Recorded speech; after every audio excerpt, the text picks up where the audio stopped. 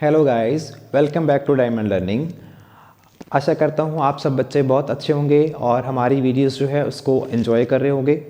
तो बेटा 10th class के लिए आज हम अपने उसी चैप्टर के अंदर नेक्स्ट बात करने वाले हैं कुछ और फंक्शनल ग्रुप्स की जो कार्बन के कंपाउंड्स के साथ में ऐड होते हैं। चलिए शुरू करते हैं। सबसे पहले हम लोग देखते हैं कि यहाँ पर कौन कौन से एटम जो हैं वो कार्बन के कंपाउंड्स के साथ में ऐड हो सकते हैं। तो सबसे पहले क्लोरीन और ब्रोमीन का हेटेरो एटम हमारे कार्बन कंपाउंड के साथ में ऐड हो सकता है और ऑक्सीजन के कुछ हेटेरो एटम्स अटैच हो सकते हैं।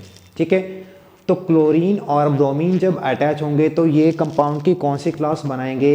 ये हेलो एल्केन्स होंगे। इसी तरीके से हेलो एल्कीन्स और हेलो एल्काइंस कहलाए जाएंगे। ठीक है, तो यहाँ पर क्लोरो और ब्रोमो इनको बोल देंगे।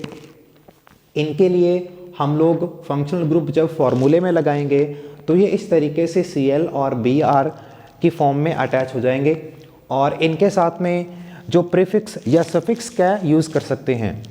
तो क्लोरीन और ब्रोमीन के लिए तो हम लोग दोनों में प्रीफिक्स यूज़ करेंगे। जब भी फॉर्मूला कोई बनेगा, कंपाउंड बनेगा, तो उसमें आ जाएगा क्लोरो एंड ब्रोमो। क्लोरीन के लिए क्लोरो, ब्रोमीन के लिए ब्रोमो। और ये एग्जाम्पल आप यहाँ पर देख सकते हो। एग्जाम्पल में देखो, हमारे पास में यहाँ पर एक फॉर्मूला है। अब ये फॉर्मूला मैंने आपको पिछली ही क्लास के अंदर डिराइव करना सिखाया था। 3 कार्बन है तो 3 कार्बन के लिए क्या वर्ड आएगा? मेथ, एथ एंड प्रोप, है ना। तो 3 कार्बन के लिए हम लोग प्रोप यूज़ कर लेंगे। उसके बाद में सभी के अंदर सिंगल बॉन्ड है, मतलब आप समझोगे प्रोपेन है। यहाँ तक ठीक है। अब इसके बाद में हमारा फंक्शनल ग्रुप कौन सा लगा है? क्लोरीन लगा है। तो क्लोरीन के लिए जो फार्मूला लिखेंगे तो प्रोपेन लिखा है, हमारा प्रोपेन बना है। प्रोपेन के आगे क्या लग जाएगा? क्लोरो लग जाएगा। तो ये बन जाएगा क्लोरो प्रोपेन। समझ में आया? बहुत आसान है ना। ठीक है सॉरी, क्लोरीन की जगह ऐसे ही अगर यहाँ पर ब्रोमीन लगा होता तो फिर इसका कंपाउंड का नेम क्या होता? Bromo propane. ठीक है, ब्रोमो ब्यूटेन, ठीक है, ब्रोमो पेंटेन। तो वो इस तरीके से नेमिंग इसकी हो जाती। क्लियर है। सेकंड नंबर पर देखते हैं, जब ऑक्सीजन के हेटेरो एटम्स जुड़े होंगे तो हमारे पास में 4 तरीके के कंपाउंड्स जो हैं ऐड हो सकते हैं। सबसे पहले हमारे पास में अल्कोहल के कंपाउंड। अल्कोहल के लिए हमारा फॉर्मूला जो लगेगा वो OH लगेगा और इन सभी के लिए हमारे सिर्फ सफिक्स यूज़ होंगे। अब इनके अंदर प्रीफिक्स यूज़ नहीं होगा। तो सबसे पहले अल्कोहल के लिए सफिक्स कौन सा यूज़ होगा? अल्कोहल के लिए हम लोग वर्ड में सफिक्स यूज़ करेंगे ओल। तो सपोज़ करो हमारे पास में इसी तरीके से अगर मैं इसको खोल के बनाना चाहूँ तो CH3, CH2 और साथ में अगर लगा हो OH, तो कार्बन मान लो 2 हैं तो 2 के लिए आप यूज़ करोगे एथ। ठीक है, सिंगल बॉन्ड है सभी के अंदर तो आ जाएगा इथेन। अब इथेन है, इथेन के साथ में अल्कोहल का ओल लग जाएगा सफिक्स, तो मतलब ये हो जाएगा इथेन प्लस ओल। तो इथेन प्लस ओल बन जाएगा हमारे पास में इथेनॉल। क्लियर, ये भी आसान है। थर्ड नंबर पर देखो, एल्डेहाइड ग्रुप जब ऐड होगा तो एल्डेहाइड का फॉर्मूला होगा CHO। तो इसमें यूज़ कैसे किया जाएगा? कार्बन और ऑक्सीजन के बीच में डबल बॉन्ड आएगा और ये हाइड्रोजन के साथ में सिंगल बॉन्ड आएगा। जब एल्डेहाइड जुड़ा होगा तो एल्डेहाइड के लिए सफिक्स यूज़ होगा हमारे पास में अल। ठीक है, वो ओल था, ये है अल। तो एग्जांपल देखो, 3 कार्बन है तो प्रोप आ जाएगा। सबके बीच में यहाँ पर तो सिंगल बॉन्ड है तो प्रोपेन आ जाएगा। अब यहाँ पर CHO, ठीक है, यूज़ कर रहे हैं, C के साथ में डबल बॉन्ड आ गया, हाइड्रोजन हमारा एक ही जुड़ जाएगा। तो यहाँ पर जो ये चीज़ आ रही है CHO, ये हमारा एल्डेहाइड फंक्शनल ग्रुप है। तो इसके कारण सफिक्स लग जाएगा L, तो प्रोपेन प्लस अल मतलब ये बन जाएगा प्रोपेनल। क्लियर है। चलिए, इसके बाद में कीटोन ग्रुप जब लगेगा तो कीटोन ग्रुप का फंक्शनल हमारा फॉर्मूला होता है CO। ठीक है, तो यहाँ पर C और O के बीच में डबल बॉन्डिंग होगी और इसके लिए सफिक्स हम लोग यूज़ करेंगे ओन। तो 3 कार्बन प्रोपेन, ठीक है, सिंगल बॉन्ड है सबके बीच में। अब यहाँ पर आपको C और O के बीच में जहाँ पर डबल बॉन्ड नज़र आ रहा है, मतलब ये कौन सा ग्रुप लगा है? कीटोन ग्रुप लगा है। तो यहाँ पर प्रोपेन और प्रोपेन प्लस ओन, ये बन जाएगा प्रोपेनॉन। क्लियर। अब इसी तरीके से लास्ट हम लोग देखते हैं in case of carboxylic acid.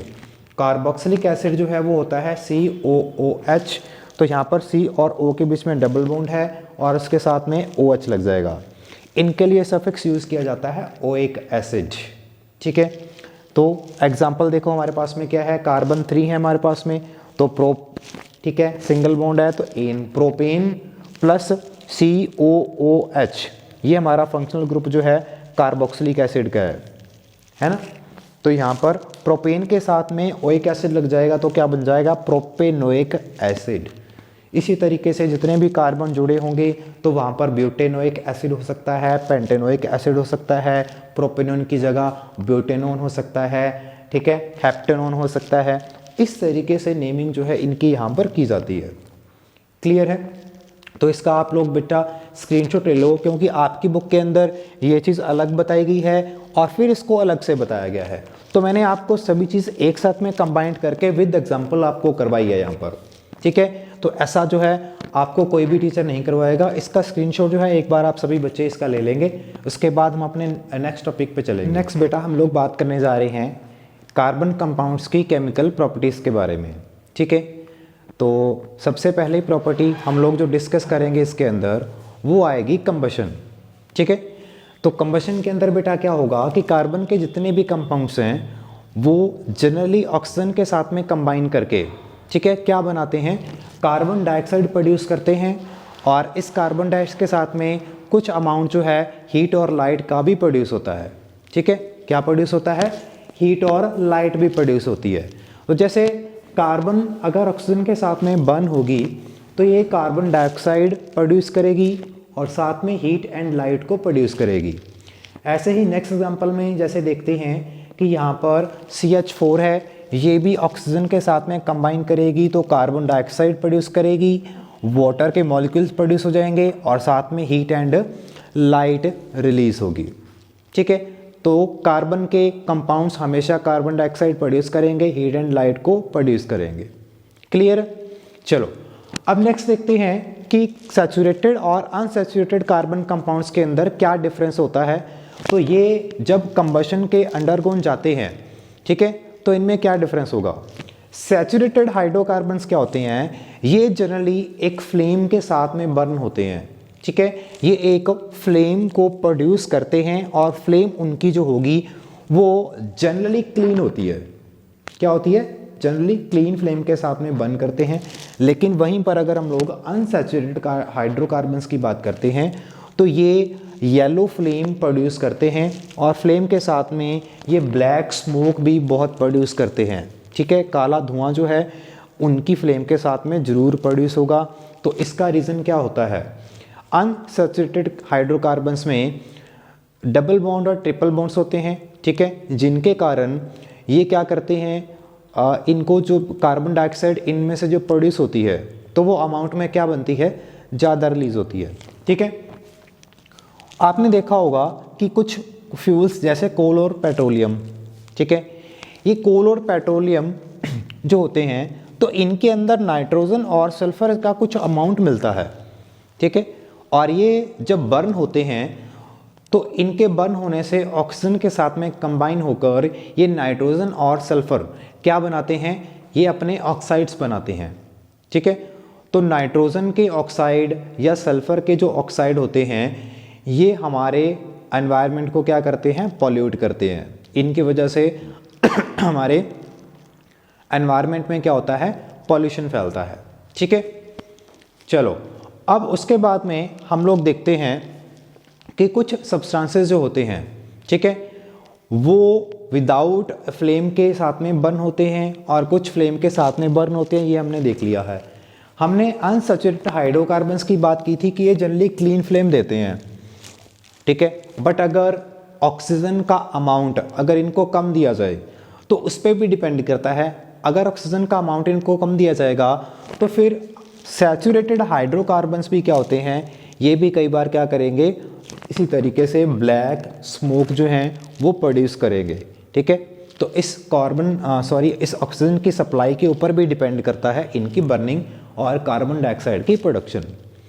अब हमारे पास में एक क्वेश्चन आता है कि कुछ सब्सटेंसेस जो हैं वो फ्लेम के साथ में बर्न होते हैं, कुछ बिना फ्लेम के बर्न होते हैं। इसके लिए बेटा आपने अपने घर के अंदर एग्जांपल देखी होगी कि आपने एलपीजी स्टोव जो होता है, ठीक है, या आपने जो है घर के अंदर सिलेंडर जो है एलपीजी का वो बर्न होते देखा होगा, तो उसके अंदर आपने देखा होगा कि ब्लू फ्लेम जनरली वो प्रोड्यूस करते हैं, ठीक है। और पुराने टाइम में जो गैस स्टोव होता था उसमें जिसमें कैरोसिन वगैरह डालते थे, तो वो भी आपने देखा होगा। अब कैरोसिन वाला जो हमारा गैस स्टोव पुराना होता था तो उसके अंदर जो है एक आउटलेट जो है दी जाती थी, जिसके थ्रू क्या होता था, एयर उसके अंदर एंटर कर पाती थी। तो जितना एयर आप दोगे उसको, ठीक है, उतना ही वो स्मूथली क्या होगा, उतना क्लीन तरीके से बर्न होगा और वो क्लीन फ्लेम देगा, ठीक है।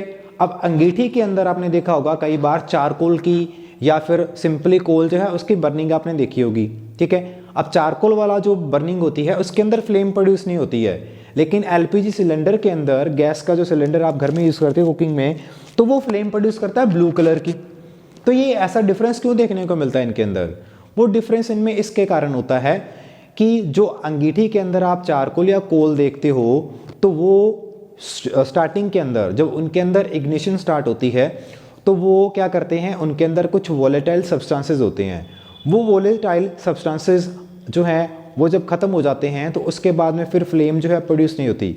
तो बिना फ्लेम के आपने देखा होगा कि वो हीट को प्रोड्यूस करते हैं। कोयला जो है वो लाल कलर का, रेड कलर का दिखता है तो उसमें से धुआं नहीं निकलता, फ्लेम नहीं निकलती, लेकिन वो फिर भी बहुत ज़्यादा हीट देता है, ठीक है। लेकिन आप जब गैस को बर्न करते हो एलपीजी का सिलेंडर, तो फ्लेम्स हमेशा तभी प्रोड्यूस होती हैं। एक फ्लेम कब प्रोड्यूस होगी, जब कोई गैसेस सब्सटेंस जो है वो बर्न किया जाएगा, ठीक है। तो हमारे एलपीजी के सिलेंडर में तो क्या होती है, गैस होती है, ठीक है, लिक्विफाइड पेट्रोलियम गैस है। तो वो गैस जब बर्न होगी तो क्या प्रोड्यूस करेगी, वो ज़रूर फ्लेम प्रोड्यूस करेगी, ठीक है। तो ये डिफरेंस होता है इन दोनों के बीच में। नेक्स्ट प्रॉपर्टी हम लोग जो हैं हमारी करेंगे कार्बन की, वो करेंगे इसके अंदर एडिशन। नेक्स्ट प्रॉपर्टी हमारे पास में जो आती है वो आती है एडिशन रिएक्शन। एडिशन रिएक्शन में क्या होगा कि जनरली अनसैचुरेटेड हाइड्रोकार्बन्स जो होते हैं, ठीक है, अनसैचुरेटेड हाइड्रोकार्बन्स क्या करते हैं, ये कैटलिस्ट की प्रेजेंस के अंदर सैचुरेटेड हाइड्रोकार्बन्स की फॉर्मेशन करते हैं, ठीक है। जैसे यहाँ पर देखो कि ये हमारे पास में एक अनसैचुरेटेड हाइड्रोकार्बन है, ठीक है। आर मतलब हमारे फंक्शनल ग्रुप्स यहाँ पर अटैच हुए हैं। तो निकल कैटलिस्ट की प्रेजेंस के अंदर ये क्या करता है, सैचुरेटेड हाइड्रोकार्बन्स की फॉर्मेशन करता है। और ये रिएक्शन जो है जनरली यूज़ की जाती है वेजिटेबल ऑयल्स की फॉर्मेशन के टाइम पे, ठीक है। तो क्या होता है, जनरली आपने सुना होगा कि एनिमल हाइड्रोकार्बन्स या एनिमल ऑयल्स जो होते हैं उनकी बजाय हम लोग अगर वेजिटेबल ऑयल्स की बात करते हैं वो ज़्यादा प्रेफर किया जाता है कुकिंग के लिए। तो ऐसा क्यों किया जाता है, क्योंकि जो सैचुरेटेड हाइड्रोकार्बन्स होते हैं, तो एनिमल जो ऑयल होते हैं उनके अंदर जनरली क्या होता है, उनके अंदर सैचुरेटेड हाइड्रोकार्बन्स मिलते हैं जो हमारे लिए क्या होते हैं, हार्मफुल माने जाते हैं, ठीक है। इस वजह से हम लोग जनरली क्या प्रेफर करते हैं, वेजिटेबल ऑयल्स की प्रेफरेंस जो है दे लेते हैं, बिकॉज उनके अंदर क्या होता है, अनसैचुरेटेड हाइड्रोकार्बन्स प्रेजेंट होते हैं। क्लियर है। इसके बाद नेक्स्ट प्रॉपर्टी हमारे पास में आती है ऑक्सीडेशन। तो ऑक्सीडेशन का मतलब है ऑक्सीजन का ऐड होना। तो कुछ हाइड्रोकार्बन्स क्या करते हैं, ऑक्सीजन की एडिशन करते हैं।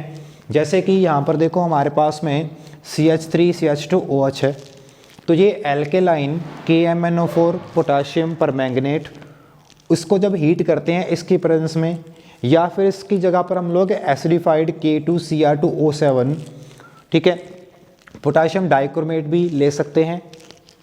हीट करेंगे तो ये इस कंपाउंड के साथ में क्या करेगा, यहाँ पर ऑक्सीडेशन करेगा, ऑक्सीजन को ऐड करेगा। तो CH3 और इसके साथ में यहाँ पर क्या हो जाएगा, ऑक्सीजन जो है ऐड हो जाएगी, ठीक है। तो ये ऑक्सीडेशन का काम भी करते हैं। और लास्ट रिएक्शन हमारे पास में इसके अंदर आती हैं सब्स्टिट्यूशन रिएक्शन। तो सब्स्टिट्यूशन क्या होता है कि किसी एक सब्सटेंस को अगर कोई दूसरा सब्सटेंस क्या कर दे, रिप्लेस कर दे, ठीक है। तो सब्स्टिट्यूशन रिएक्शन वैसे जनरली जो है इनके अंदर हमें कार्बन कंपाउंड्स के अंदर जो सैचुरेटेड हाइड्रोकार्बन्स होते हैं वो जनरली इनर्ट होते हैं, अनरिएक्टिव होते हैं, जल्दी से वो रिएक्ट नहीं करते हैं। लेकिन सनलाइट की प्रेजेंस के अंदर जो क्लोरीन यहाँ पर ऐड होती है तो ये रिएक्शन जो है यहाँ पर हमें देखी जाती है कि क्लोरीन जो है वो हाइड्रोजन को क्या करता है, रिप्लेस कर देता है। तो जब हाइड्रोजन को ये रिप्लेस करेगा तो यहाँ पर इस 4 हाइड्रोजन में से एक हाइड्रोजन को रिप्लेस करके उसकी जगह पर खुद क्या हो जाएगा, ऐड हो जाएगा। तो ये वाला हाइड्रोजन हमारा इसके साथ में ऐड हो जाएगा, दोनों में से एक क्लोरीन यहाँ पर ऐड हो जाएगा और दूसरा क्लोरीन जो है वो इस वाले रिप्लेस्ड हुए हाइड्रोजन के साथ में ऐड होकर क्या बना लेगा, हाइड्रोक्लोरिक एसिड बना लेगा। ठीक है, तो ये रिएक्शन जो है सनलाइट की प्रेजेंस के अंदर होती है। तो ये केमिकल प्रॉपर्टीज़ कार्बन की हमारी यहाँ पर ख़त्म होती हैं। आई होप बच्चा आपको ये सारी आज की वीडियो जो है पसंद आई होगी और आपको अच्छे से समझ में आया होगा। तो हमारे साथ में इसी तरीके से जुड़े रहिए बच्चा, मिलते हैं अपनी नेक्स्ट वीडियो के अंदर। Thank you.